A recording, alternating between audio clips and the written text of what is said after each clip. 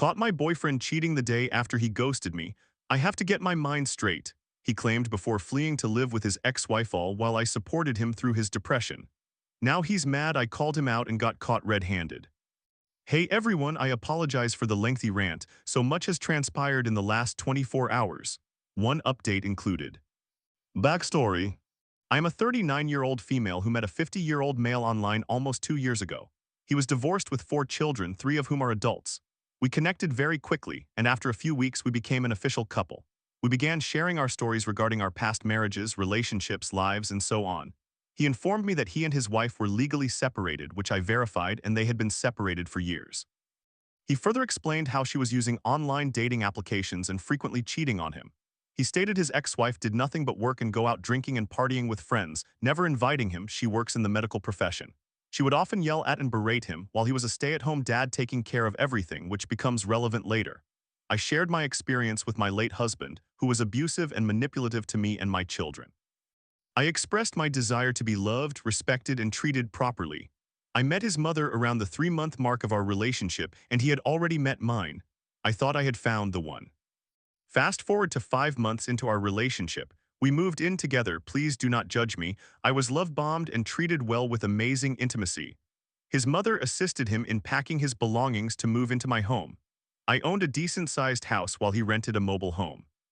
His mother, a 72-year-old female, and I spent the day conversing and getting to know each other. We discussed his ex-wife and how poorly she treated him, and she expressed her happiness that her son had found a good woman who treats him well. His mother was like a fairy godmother, treating my children as her own grandchildren and welcoming us into her family. Shortly after he moved in, he was laid off. He works in construction and began to sulk, complaining about being unemployed, etc. It took him 2 months to secure a new job to help a contractor catch up on various projects. He was laid off again 4 months later. You can see where this is headed. Other than the questionable job security issues and a few minor problems, such as putting dishes either in the sink or in the dishwasher and remembering to take out the trash, he was great with both my children and his, and overall we were happy. We hardly fought, and when we did, it typically ended with reconciliation. We had a very healthy and active sexual relationship. Fast forward to February 2025, nearing 15 or 16 months of living together, he lost yet another job. At this point, I told him he had 2 weeks to find a stable job and contribute financially, or he would have to leave. I was the primary earner at this time, supporting 2 adults, 2 teenagers, a kindergartner, and 3 dogs, 2 of which were his. This conversation occurred on a Thursday. The very next day, around 10 a.m., he emerged from the bedroom in tears, stating he had been feeling very depressed and was not in a good state of mind and that he was going to go to the hospital. I had that Friday off work. I began putting on my shoes, but he insisted I should not worry about coming with him, saying he would be there for a while and that I needed to pick up the kids from school. I reluctantly complied. He hugged and kissed me goodbye, stating he would call me after seeing the doctors. Fast forward to Sunday, I had been calling and texting him all weekend with no response. I reached out to his parents, who were out of town, to ask if they had heard from their son and what the situation was. They informed me they had not heard anything, but later texted me, hours later, stating they were able to contact him and that he was okay. Later that same Sunday evening, I received a text from my boyfriend, stating he would be there shortly to collect some of his clothes. He arrived an hour later, knocked on the front door, which was strange as he had a key and lived there. Before he even stepped inside my house, he told me he would be breaking up with me, stating he needed to get his mind straight. He grabbed his clothes and left. Fast forward 3 weeks. I had received no communication from him. His mother told me the only update she had was that he was okay and staying with a friend and that he was attending therapy. After another week of silence, which was nearly a month at that point, my boyfriend randomly showed up at my home as if nothing had happened. He informed me about his medication, the doctors he had seen, and his overall mental health. He stated he was going to live at his parents' house as he worked through his problems. I agreed this was the best course of action. I was focusing on myself and had begun therapy. We discussed his need for better communication because I had been worried he might harm himself due to his mental health struggles. My late husband died by suicide, and I wanted to ensure he was okay. He reassured me he was fine and promised to call and text me moving forward since his anxiety and depression had improved with his new medications. We quickly fell back into our previous routine, lazy days at home and intimacy a few times throughout the day. He visited for 8 out of the 10 days. He expressed that we would continue spending time together and work on our relationship, stating he could not move back home until we figured things out. However, my instincts began to tingle the more he spoke about everything he was doing. One Sunday, he came over and mentioned his phone was not functioning for some reason. He spent time with me, then went to work and returned. The next morning, as he was leaving to pick up his son for school, he gave me a hug and kiss, saying he would come by later and call me from work, expressing excitement about our time together. Fast forward to May 4th, after 5 weeks of him ghosting me and my requests for him to come retrieve his belongings and dogs, he arrived unannounced, walked right into my home without knocking, and told me to open the garage door because he had a moving truck. He announced, "I am leaving you. I cannot do this anymore, it's too much." The spark we had is no longer there, and he started loading the U-Haul. At this point, I was honestly over him, as he was behaving like an immature man-child, which was a complete turn-off. We had a casual conversation while I sat and observed him and his child packing to ensure they did not take my belongings. My ex claimed he found a cheap storage unit, stating they had to run and unload the U-Haul, and that he would return for the rest of it in a few hours. When he returned, he appeared pale, shaky, and nauseous, even vomiting. I thought he might be experiencing heat exhaustion, so I went to get him some water. At the same time, I received a text from an unknown number asking if this was my name. I responded, "Who is this?" To which my ex asked what was wrong. I told him about the text, and when I mentioned the number, he ran off and vomited again. Another text followed stating, "Hi, this is the ex-wife, and I just wanted to inform you that my husband and I are back together." I should mention they were legally divorced in August of 2024. She continued that he had been at her home since the day he left mine. I asked him if this was true, and he replied, "No, you know she is crazy and lies all the time." His child confirmed what his mother said in the text. My ex-boyfriend soon vomited again. I went inside to let my dog out. When I returned, I heard arguing near my garage. His ex-wife had found out where I lived and showed up. His ex-wife, a 45-year-old female, initially believed I was harassing my ex because I frequently texted him to check up on him and see if he was okay. She informed me he had been at her house since leaving mine. The kicker, his mother knew her son, my now ex-boyfriend, was cheating on me and chose not to tell me. She pretended he had been living at her house for almost the entire time he was away from mine. His mother was also aware of his infidelity with me during his marriage and did not disclose that information either. I explained to his ex-wife everything regarding the week or so he was coming over, what he said, and how he was present before and after work while still reading my texts and screening my calls. It had only been 5 weeks since I had last seen, spoken to, or slept with my ex. He attempted to deny everything, saying he had broken up with me and was not cheating. I shared all the evidence, every single text I sent him, every intimate message, the conversation about getting back together and spending more time together, all of it. She lost her mind, physically confronting him and needing their son and me to separate them. We confronted him about his actions, and he remained adamant that we were broken up. Insert friends meme here. Both she and I insisted, "No, you were not." I also revealed that throughout the time he was visiting me, he was using her car, his was in the shop, which almost prompted her to hit him, but her son pushed her away. During the week he was at my home, my ex-boyfriend had told his ex-wife he was staying with his mother to help out by removing decorations and similar tasks. Again, evidence was presented. He was with me. I learned that my ex had returned to her, claiming all the things she wanted to hear, that he had changed, wanted to make it work this time, loved her. They had been married for 20 years and had broken up 5 times due to her or whatever he made me believe. She shared all her evidence regarding him cheating on her 5 different times that she knew about. He and his mother had told me she was the one who cheated. Eventually, we both found humor at how foolish he was. We then asked him if he wanted either of us now, while trying not to vomit at the thought of being with him again. He said, "No, I don't want either of you now. You are both terrible and I hate both of you." I laughed and responded, "That's fine, the thought of you has made me gag." Both his ex and I proceeded to break up with him and kick him out of both of our homes. I told him he needed to remove all his belongings from his ex-wife's house by Friday, and I requested the same for my home regarding the rest of his things. He was quite angry and swiftly drove away into the night with his son and a partially filled U-Haul, as he got caught and did not finish loading the vehicle. She and I stayed and talked, comparing notes. We both agreed he was a lazy, dishonest, cheating jerk, and we both deserved better. We apologized for our hostility toward each other. After being played by him, he deserved everything he received and more. Before he left, we learned from their son that his father did not inform either of us about each other because he wanted to guarantee he had somewhere to stay if one of us ended the relationship. I shed no tears over this man. I will be relieved when the rest of his belongings are gone and I will finally be free. I am done with this nonsense. His ex-wife cried a lot. She thought he had changed his ways, but he still cheated. She expressed her disappointment, stating he was not helping at her apartment, neglecting to clean, pay bills, etc. I feel sympathy for her because she was unaware he had not officially broken up with me and we were both deceived. The ex-wife was aware I had contacted my ex-boyfriend and he had told her I was harassing him. In reality, we were discussing when we would next see each other intimately. I am sure I will have updates soon, as I sent him a text today specifying the date and time he needs to come and collect his belongings. I also informed him he needs to schedule a time with me as I do not appreciate unexpected visits. I find it disrespectful and I experience anxiety and need to mentally prepare for people. Furthermore, I do not want my children present when he arrives, and I have no need to provide a reason for that. I apologize for the lengthy post. I even left out some details. Thank you for reading. Update 1 the following mornings. I mentioned that I texted my ex-boyfriend about a deadline for when he needs to collect his belongings from my house.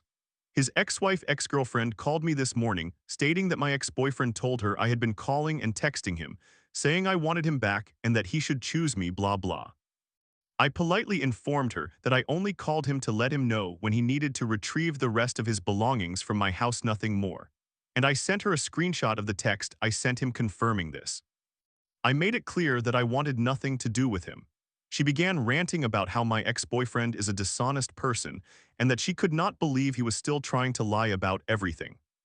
I then heard him yelling at her in the background. I said, "Yo, you let him back." She then hung up and they were clearly fighting quite intensely. She texted me shortly after, apologizing and stating she was exhausted from all of his lying. I am unsure if he was there to retrieve his belongings or if she allowed him back. Whatever she chooses is up to her. My ex-boyfriend blocked me on all platforms after I texted him last night about collecting his things. I informed her, the ex-wife, that I did not want to be involved in their drama and asked her not to contact me about anything other than him coming to get his items. I sent pictures of all the belongings he still had at my house, and she was unaware he still had items here because he had lied to her about that as well. She responded with just, "Okay." I am unsure why he is still playing games. I do not want him and am not heartbroken. I find the situation irritating and annoying. He is a lying, cheating scoundrel, and while it may have taken me some time to realize it, I did. I am grateful I am not part of that chaotic mess. That is all I have for now. I will update if anything else occurs. Story 2. My tyrant father abandoned us after cheating, leaving me with trauma I can't shake. He was a monster, but I refused to let his name define me. Now, at 17, I'm cutting off all ties and changing my last name. What memories haunt me as I break free? To be honest, I do not even know where to begin. If you have any questions, please ask. I will respond to all of them. There is a possibility that I might overlook something or omit important details due to how emotionally devastated I feel at the moment. Thank you in advance. I suppose I should start by stating that I have harbored negative feelings towards my biological father since childhood. For as long as I can remember, he always behaved like a complete scoundrel. Until I was 13 years old, he raised me and my younger brother, let's refer to him as Stephen, the worst possible manner, and then he completely abandoned us. He had more important matters to attend to. I think you already understand what I mean by that. I am 17 now and Steve will soon turn 14. Each day it becomes increasingly difficult to cope with the thoughts that invade my mind. I strive to combat them, but typically it is either futile or drains me so much that I feel utterly void afterward. By nature, I am a very sensitive person. When my parents divorced, I felt nothing, or at least that is what I believed at the time. But now I feel terrible. The worst part is that everything occurred right before my eyes. Just one memory from that period triggers a wave of anger and repulsive thoughts that I cannot shake off. I do not care if my biological father sees this post. Regardless of what he says or does, he cannot undo the damage. He is solely responsible for everything that transpired. Let me caution you, this story might be lengthy or perhaps not. Whether you choose to believe it or not is up to you, but please hear me out. It is truly challenging to carry this burden alone, and I am seeking support wherever I can find it. Observing individuals open up on YouTube helped me realize how therapeutic it can be to simply express oneself. Therefore, I have decided to share my story here. I believe it is logical to start from my earliest memories, though in truth it all began even before I was born, but I will address that later. Ever since I was young, my father, let's call him Mike for the sake of convenience, was an absolute nightmare. Even back then, I felt sick just having to bear his last name. Mike was aggressive and volatile. Despite his adult appearance, mentally he was stuck in childhood, throwing tantrums like a child. In his late 20s, he enjoyed drinking and unleashing his anger on my mother and me. I was only 2 or 3 years old, and my mother was pregnant with Steve. One day, Mike struck my mother so forcefully that it continues to affect her to this day. He did not hit her in the face, he punched her in the kidney. Now that kidney barely functions. After that incident, Mike stopped drinking and switched to watching cartoons on DVDs through a television player. However, even without alcohol, his behavior did not improve. He consistently created chaos at home while pretending to be the ideal family man in public. Looking back, I now recognize just how duplicitous he was. Then Steve was born. My mother hoped that Mike would become softer and more caring, and for a brief period he did, mainly due to the inheritance my mother received, 2,000 euros. At that time, that was a considerable amount of money for people from Eurasia. But as soon as the money was depleted, Mike unraveled once more. He could not maintain a job, began causing turmoil at home, and my mother always had to console him. I was still a small child, so I do not remember everything clearly. To avoid any inaccuracies, let us fast forward a bit. We moved to a village where my mother's relatives resided. They turned out to be some of the kindest people in my life. While I cannot share everything with them, I still express my gratitude to this day for supporting my mother, Steve, and me, especially during and after the divorce. That was the most challenging period of my life. After we relocated to a new home, Mike did not consider it his house. He squandered his time idly and accomplished almost nothing. The only substantial thing he did was secure a job as a welder at a local factory. As much as I loathe to admit it, he was actually the best welder I have ever known. He was truly skilled at it, but he still focused more on maintaining a facade, attempting to present us as a happy family. And looking back, I realize he succeeded in that regard. Yes, from the outside, people probably perceived us as the ideal family, but that could not be further from the truth, and for that, I will never forgive him. Here are three primary reasons why. First, he transformed my intelligent, beautiful mother into a housewife, someone who merely complied with orders. She held a university degree and was highly qualified, but after years of emotional abuse and exhaustion, she became weaker, gained weight, and her education lost its significance. I will never forgive that scoundrel for what he did to her. He deserves to suffer. But no matter how much I detest him, I will never wish harm upon him. I believe in karma, what goes around comes around. Call it cowardice or whatever, but I refuse to stoop to his level. Second, I will never forgive him for damaging my and Steve's mental health. Perhaps Steve was not affected as severely, or maybe even worse. Who knows? That worthless individual would give us hour-long lectures and punish us severely for the slightest mistake. Even when we behaved impeccably, if he was in a bad mood, there would be shouting, tears, and sometimes physical abuse for no reason at all. He would punish us again for things for which we had already been disciplined. He demanded perfect grades and threatened to abandon us at 18 if we did not perform well in school. Because of him, I became a reserved, bookish nerd desperate for adult approval. Reflecting on who I used to be makes me nauseous. I despised that weak, fractured version of myself. Thankfully, I have matured since then, especially after the divorce. There are more things he did to us when we were young and defenseless, but I prefer to remain silent about those for now. Third, I loathe Mike for being a womanizer. He exchanged me, Steve, and our mother for worthless individuals. I do not care if you judge me for saying that you were not there. During the last 2 months of Mike's affair, we survived on just €3, not a cent more. We were drowning in debt, every penny went towards repayments. He lied about his business and constantly fought with our mother. One time he seized her by the throat and nearly strangled her. Thankfully, I intervened and stopped it. That was the most difficult moment of my life. Honestly, I have already deleted one part of this text because it made me feel physically ill. I did not want the device on which I am composing this to absorb all the negative energy. It was just too overwhelming. Even now, I recognize some things I cannot articulate are scars from childhood trauma from which I still have not recovered. Now let us move on to the present. Beginning this year, I have completely cut him out of my life. I blocked him on social media, changed my phone number, and did everything I could to sever all connections. I am also planning to change my last name and even my patronymic. For the past 2.5 years, he has been avoiding child support and concealing his income. He only pays €50 every 2 months for both Steve and me, which is minimal, especially with inflation and low wages in our country, a post-Soviet state. I am 17 now, and next year I will complete high school. Although, to be honest, I might leave this year and study for 3 years in college instead of one, because I simply cannot endure being in this village or this house any longer. Everything here reminds me of that painful past. I am genuinely trying to combat my thoughts, the rage and disgust, but it rarely succeeds. Perhaps you will consider me a coward for fleeing from my problems, but please understand, what I experienced traumatized me profoundly. Even now, I still see and hear those moments, the fights, the screams, Mike's cold smirk. Even now, as I compose this post, repugnant thoughts continue to inundate my mind. There is one more thing I wish to share, something that wounded me so deeply that it is difficult to even recall it.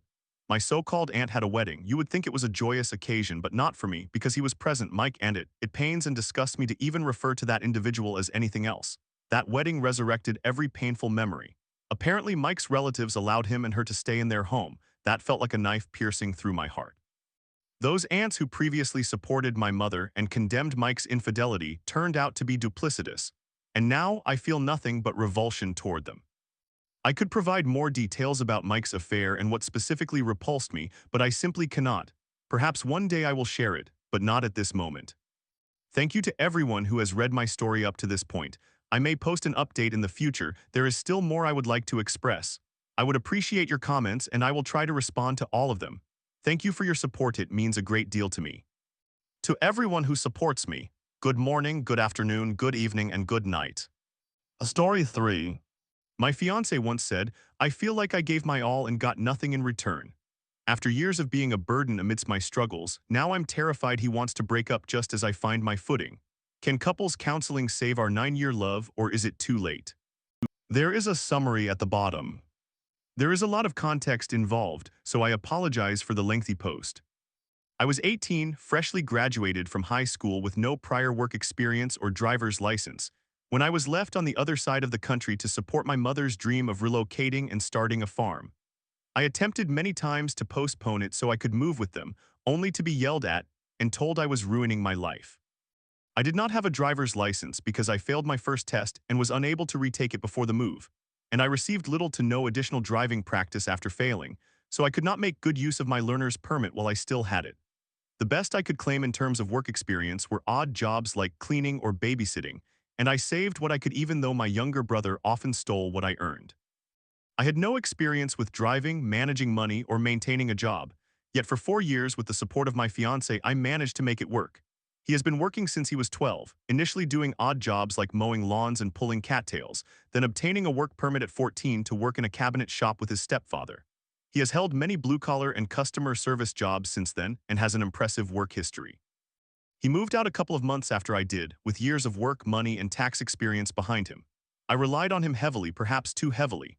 It was acceptable at that moment because I was slowly learning. However, everything reached a breaking point when I quit my job in October 2023.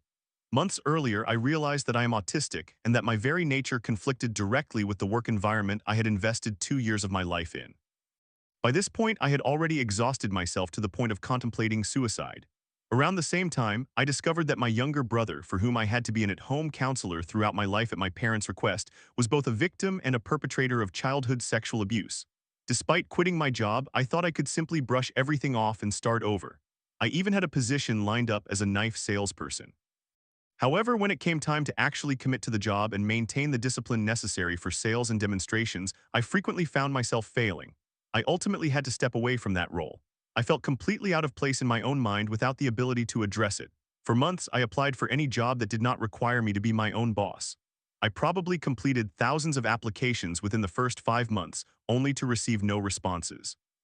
And when I was not filling out applications, I was lying in bed and seeking cheap distractions. I barely fed or bathed myself and spent much of my time contemplating how I would end my life.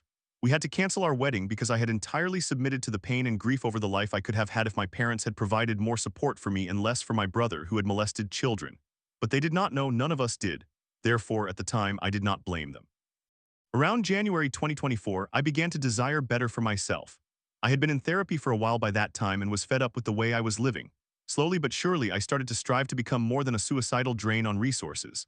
After all, my fiancé had been fired shortly before I quit due to his health conflicts with the work environment. He drained his 401k and asked his mother for money to keep us afloat while he worked at Walmart. More than $36,000 was used trying to sustain us while I just lay around and deteriorated, waiting to hear back from jobs that ghosted me and hoping an opportunity would fall into my lap. I was tired of feeling like a toxin in his life and exhausted from feeling miserable and useless.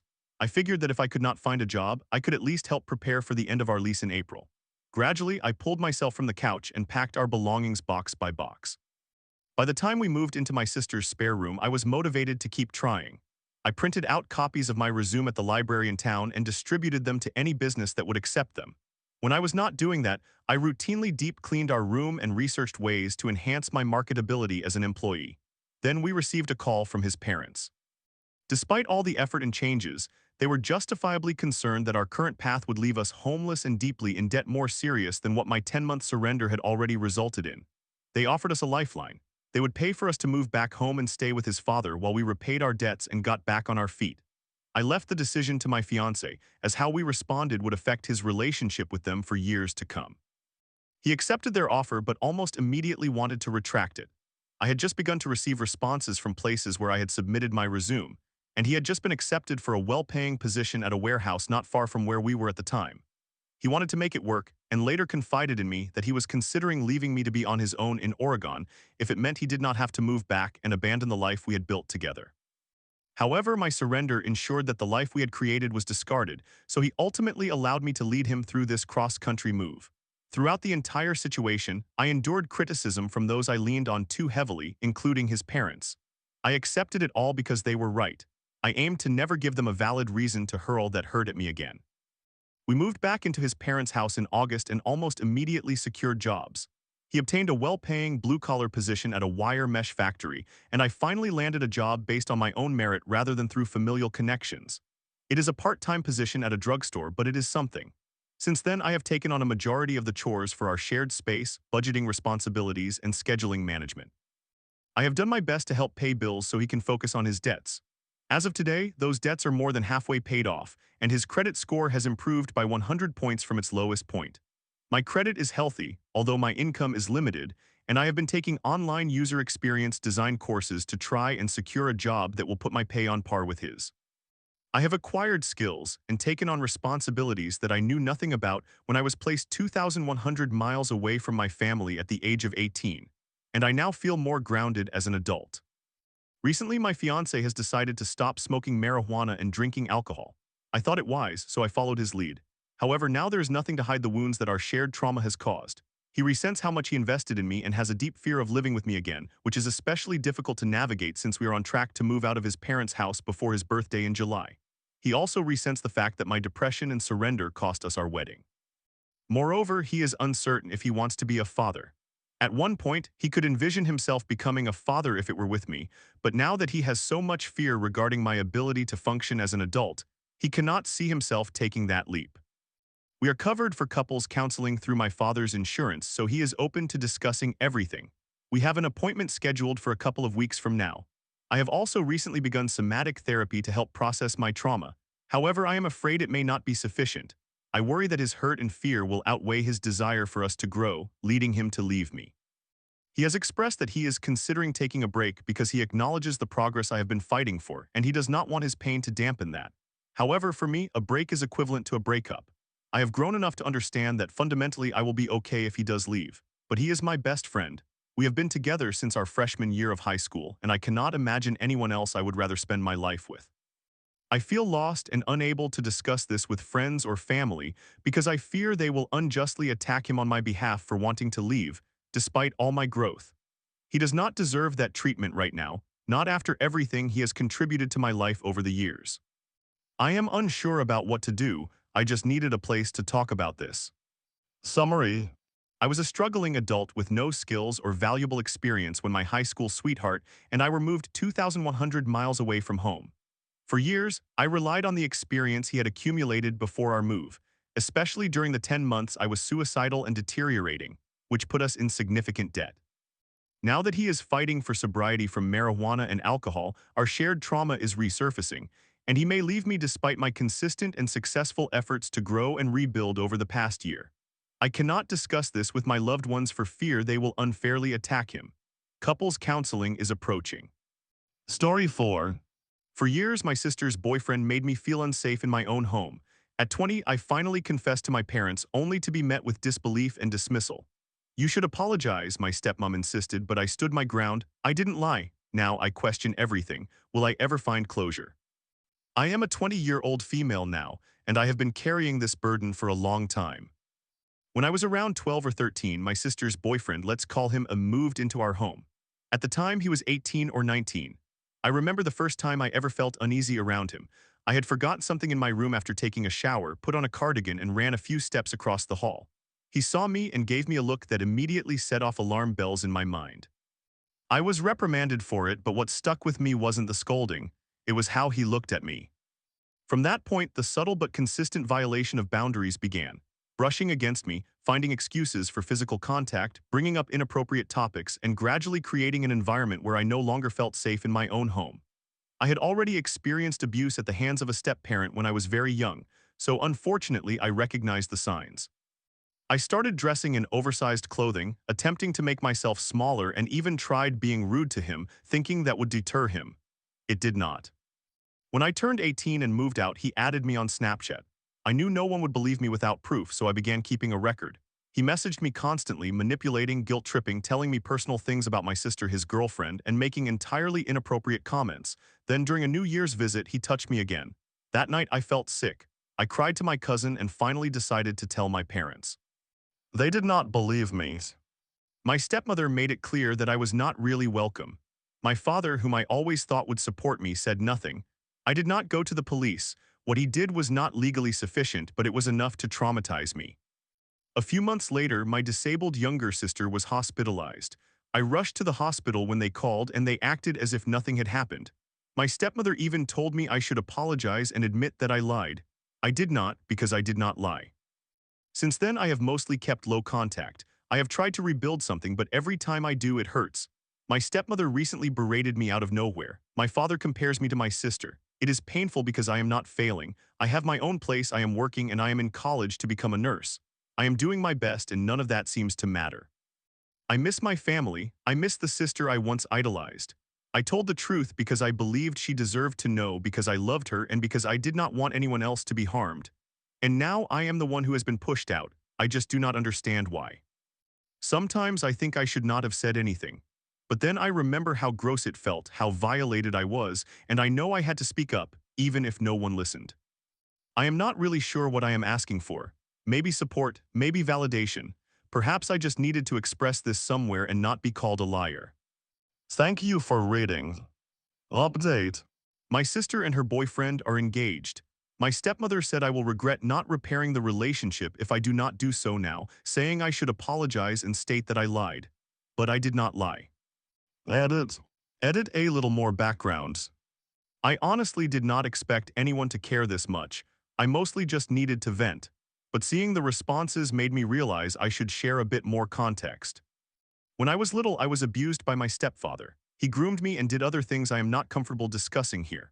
After that, my biological father obtained emergency custody of me. He had full custody of me until I turned 18. My mother was a drug addict and was not really in my life.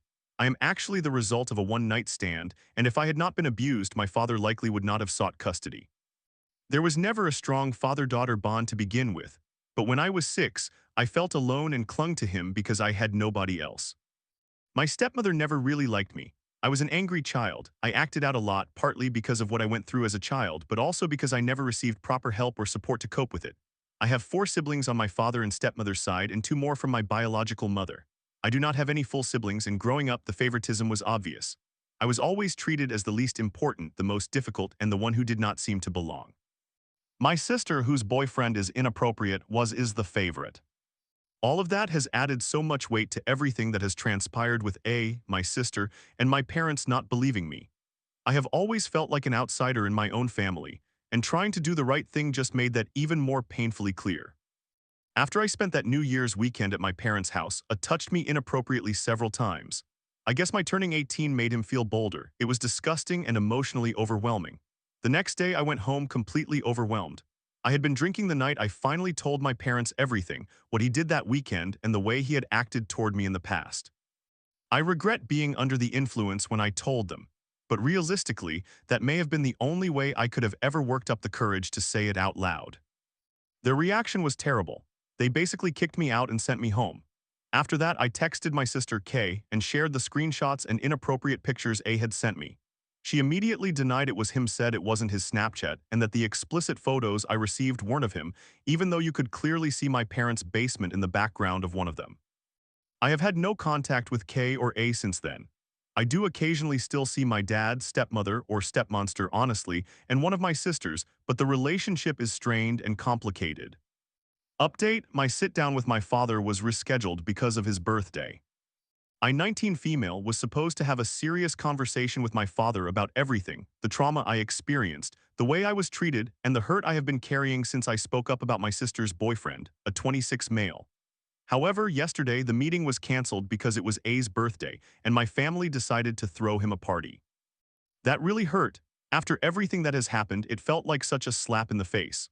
I have been working through this with my therapist, and we agreed that having a closure conversation would be a healthy step, not to fix everything but to finally be heard and decide what kind of relationship, if any, I can have with my family moving forward. We have rescheduled the conversation for next Friday. I am approaching it with a clearer mindset. Depending on how my father reacts, whether he listens or tries to understand, I will decide whether to remain low contact or move to no contact altogether. I suppose I just needed to share that. This situation has made me feel incredibly alone and isolated. My entire life, I have just wanted to be accepted and safe with my family, and now it feels like I will never truly achieve that. But I am trying to choose peace, whatever that may look like. I wanted to express my gratitude to everyone who has commented with so much love and support. I truly did not expect it.